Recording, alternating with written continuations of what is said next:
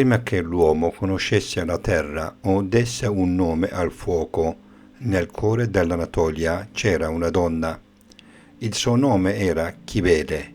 Noi la chiamiamo Cibele come la chiamavano gli antichi anatolici, prima che i romani la trasformassero in Cibele. Le tracce più antiche della sacralità femminile le troviamo a Çatalhöyük, un insediamento di circa 9000 anni fa. Le piccole statuette d'argilla che rappresentano donne partorienti o madri feconde ci parlano della Dea Madre, simbolo della fertilità e della vita. La più celebre, seduta su un trono tra due leopardi, rappresenta Cibele nel momento del parto. Cibele non è solo la dea della fertilità, ma anche il simbolo dell'equilibrio tra vita e morte, della forza della natura che si rigenera e si consuma. Dall'Anatolia al mondo greco e poi a Roma, dove fu venerata come Magna Mater, la sua figura colloca la donna al centro dell'universo sacro, generatrice, protettrice, creatrice. Col passare dei secoli la figura della Madre Terra si trasforma. La fertilità lascia spazio alla conoscenza e la dea diventa Ecate, la padrona dei crocicchi, dei misteri, della magia e della notte, raffigurata con 3 volti, capace di guardare passato, presente e futuro. Ecate simboleggia la saggezza femminile e la potenza dell'intuizione. Nelle antiche cerimonie si invocava il suo nome per partorire, guarire o comunicare con l'invisibile. Era la dea che guidava le donne attraverso il buio della paura verso la luce della conoscenza. Ancora oggi nei villaggi anatolici l'usanza di accendere una candela ai crocevia è un eco lontana del suo culto. La sacralità femminile in Anatolia continua con Leto e sua figlia Artemide, le dee di Leteon in Licia. Secondo il mito, Leto, perseguitata dagli dei, riesce a partorire i suoi gemelli, Apollo e Artemide, su questa terra. Leto incarna il coraggio e la resistenza della maternità. Artemide invece è la dea della natura, della luna e della libertà, simbolo dell'indipendenza femminile. Non si sottomette a nessun dio maschio, vive secondo le proprie leggi, proteggendo le donne e gli animali selvatici. Il santuario di Leteon, dedicato a madre e figlia, divenne per secoli il luogo dove la sacralità del femminile trovò la sua voce. Tra i miti dell'Anatolia pochi sono potenti come quello delle Amazzoni, donne guerriere, libere e indomite, che secondo le fonti antiche vivevano tra il Mar Nero e l'Egeo.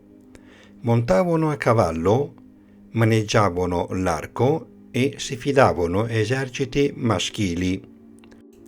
Durante la guerra di Troia, la regina Pentesilea combatté con onore e morì da eroina, divenendo simbolo del coraggio femminile. Anche se molti le considerano la leggenda, le Amazzoni restano l'immagine eterna della libertà della donna e della sua lotta contro la dominazione maschile. Forse la storia le ha chiamate mito proprio perché temeva la loro forza.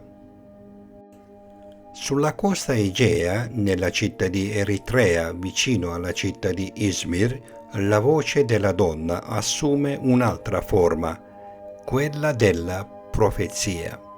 La Sibilla di Eritrea era una sacerdotessa ispirata dal dio Apollo. I suoi oracoli venivano consultati da re e imperatori, ma non parlavano solo del futuro, parlavano dell'anima umana, dei suoi dubbi, del suo destino. Attraverso la Sibilla il mondo antico credeva che il divino potesse manifestarsi anche tramite la parola di una donna. Il suo nome divenne sinonimo di saggezza e intuizione e la sua eredità spirituale attraverso i secoli fino al Medioevo. Nel secondo secolo d.C., nell'antica regione di Frigia, sorse un movimento cristiano rivoluzionario, il montanismo. A Pepusa, 2 donne, Priscilla e Massimilla, si proclamarono portatrici dirette della voce di Dio. In un'epoca in cui la parola sacra apparteneva solo agli uomini, queste donne osarono parlare in nome dello Spirito. Pepusa fu chiamata la Nuova Gerusalemme, un luogo dove la fede non aveva genere e dove la voce femminile tornava ad essere divina. Sebbene la Chiesa le abbia condannate, la loro memoria rimane come testimonianza della forza spirituale delle donne dimenticate dalla storia. Con il cristianesimo la figura sacra della donna trova una nuova forma in Maria, la madre di Gesù. Nei Vangeli appare come simbolo di purezza e obbedienza, ma nel Corano è molto di più. Una donna scelta, benedetta, modello di fede e compassione. A lei è dedicata un'intera sura, un onore concesso a nessun altro nome femminile.